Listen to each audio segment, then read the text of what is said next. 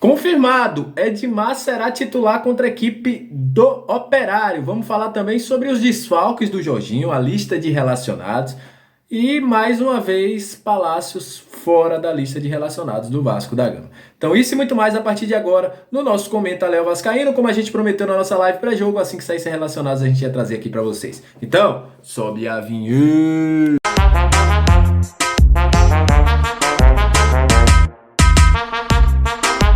Salve, salve, torcedor vascaíno, salve minha galera do Comenta Léo, saudações vascaínas, aquele abraço para você que tá sempre junto com a gente, que curte, compartilha, que se inscreve no nosso canal, que deixa seu comentário, muito obrigado, vocês são o principal combustível para que este canal esteja no ar. E para você que tá chegando pela primeira vez, seja muito bem-vindo, eu sou o Léo, aquele lugar de análise, opinião, informação, tudo que envolve o Vasco tá aqui no nosso Comenta Léo Vascaíno. E é um prazer imenso ter você junto com a gente. Olha, vamos falar de Vasco a partir de agora, porque saiu a lista de relacionados. Daqui a pouco a gente vai falar sobre isso, mas antes só um informativo.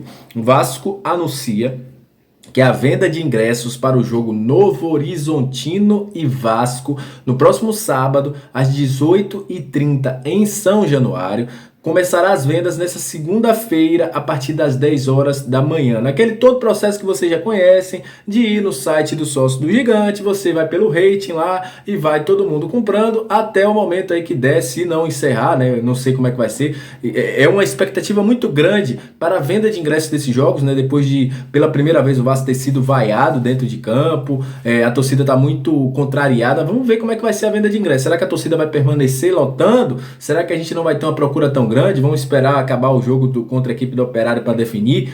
Enfim, vamos ver como é que vai ser essa venda de ingressos a partir desta segunda-feira, às 10 da manhã, no Sócio Gigante. Lembrando que está muito pouco provável que o sócio, que quem não seja sócio, consiga comprar, mas se você não for sócio, a partir do dia 4 de outubro, você pode comprar aí na Sócio Gigante. Só recarregar o seu ingresso na sua carteirinha. Olha, vamos falar de Vasco da Gama, vamos falar muito agora porque o Vasco divulgou os relacionados. O Vasco inclusive viajou para Ponta Grossa, né, no Paraná, com algumas novidades.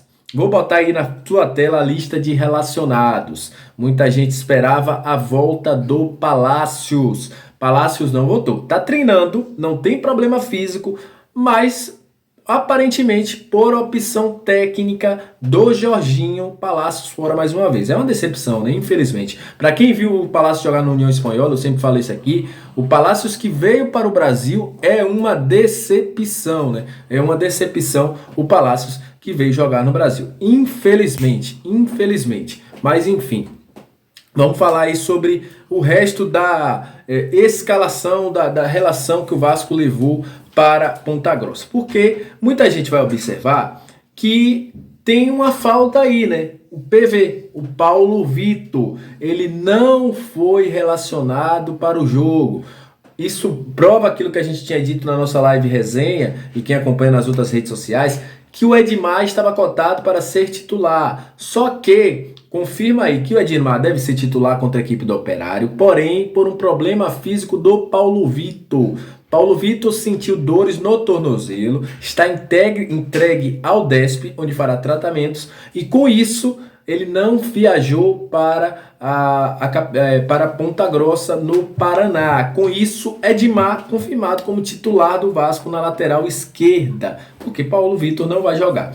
A dúvida ainda permanece no meio de campo, como a gente já falou. É a grande dúvida do Vasco, do Jorginho. Quem será o substituto do Yuri? Zé Gabriel treinou ali. Juninho, que foi um dos que treinou, não foi relacionado também, então já sai dessa situação. Vamos ver o que ele vai fazer, né? O mais provável, o mais óbvio é colocar o Zé Gabriel, tendo em vista que o Zé Gabriel foi o último substituto do Yuri. E o Emílio Faro, que está hoje na comissão técnica ajudando o Jorginho, estava naquele momento em que o Zé Gabriel foi titular. Lembrando que o Vasco não venceu nenhum jogo com o Yuri ainda, né? Tomara que seja agora essa mudança e o Vasco vença esse jogo. Mas complicado aí para saber. Também sobre o ataque, muita gente querendo saber, Léo, o Raniel vai jogar? Não vai? Muito difícil de saber, gente, muito difícil.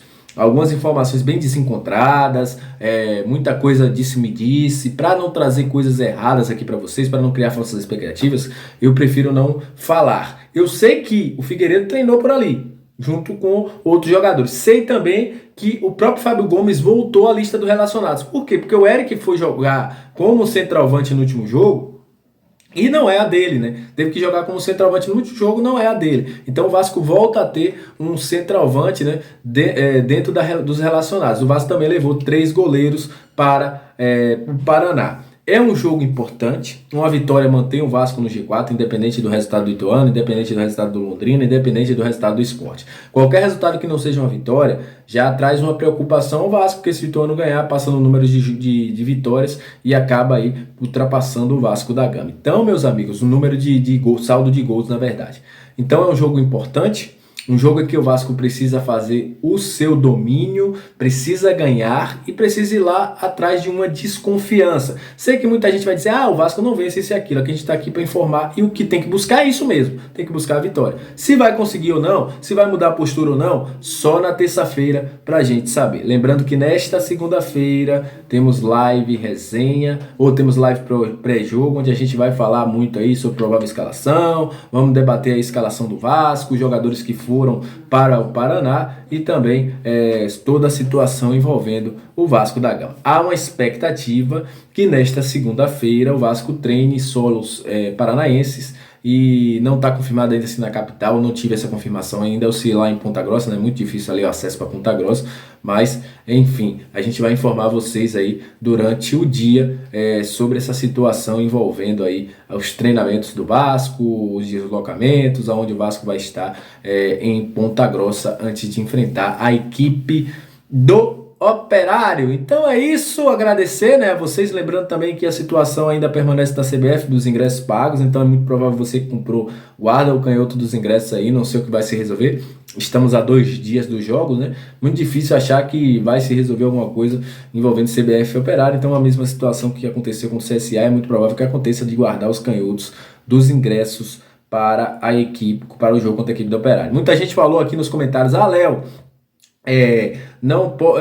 que não, é só boicotar ou não ir. Não, gente, tem uma lei, existe um estatuto do torcedor que ele tem que ser seguido. Quando há preços abusivos, é diferente do que aconteceu com o Cruzeiro. O Cruzeiro já cobrava esse valor, é uma prática do Cruzeiro. É diferente do Operário que cobrava um valor e quando o Vasco foi para lá cobrou outro. Então isso não é boicote ou deixa de ir, não. Tem que cobrar os direitos, porque senão eles vão continuar fazendo isso. Quantas vezes o Vasco for lá ou outras equipes, eles vão fazer isso e vai dar direito a outras equipes que encontram o Vasco, sabendo que a torcida do Vasco vai onde o Vasco estiver, de cobrar preços abusivos. Então isso está na lei, está no estatuto, por isso que o Vasco está recorrendo contra essa situação. Ganhou 10 mil do CSA, espero que consiga resolver diplomaticamente, né? Não precise ir para a justiça para definir essa situação com o Operário.